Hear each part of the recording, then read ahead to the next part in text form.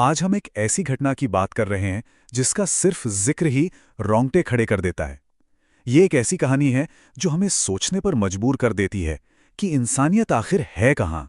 ये कोई फिल्म की कहानी नहीं है। ये एक असल खौफनाक हकीकत है। जरा सोचकर देखिए, उस गांव का क्या माहौल रहा होगा जब लोगों ने अपनी आंखों के सामने ये सब होते देखा होगा। तो ये दिल दहला देने वाली वारदात हुई छत्तीसगढ़ के कोरबा जिले के एक छोटे से शांत गांव बुंदेली में।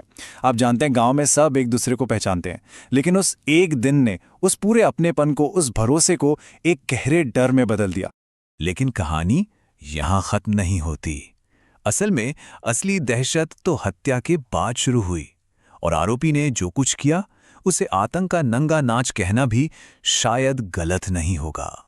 जो लोग ये सब देख रहे थे, उनके लिए ये किसी बुरे सपने जैसा था। सोचिए, आरोपी सिर्फ अपनी पत्नी को मारकर रुका नहीं, वो उसके कटे हुए सर को लेकर एक ट्रॉफी की तरह पूरे गांव की गलियों में घूमता रहा।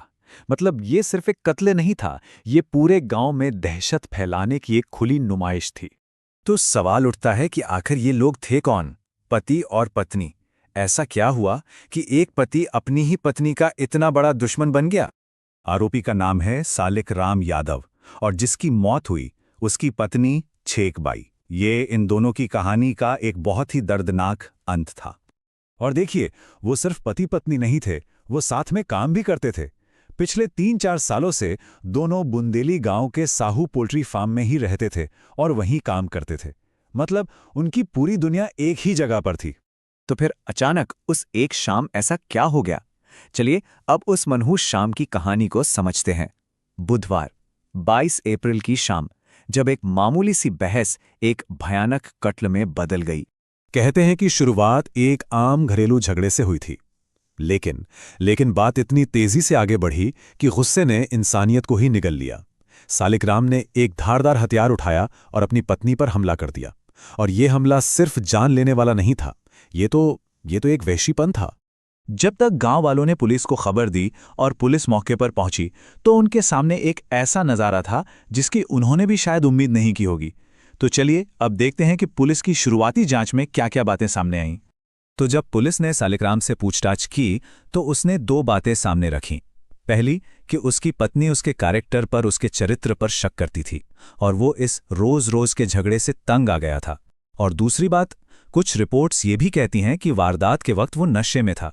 अब सवाल ये है कि यह असली वजह थी या सिर्फ एक बहाना।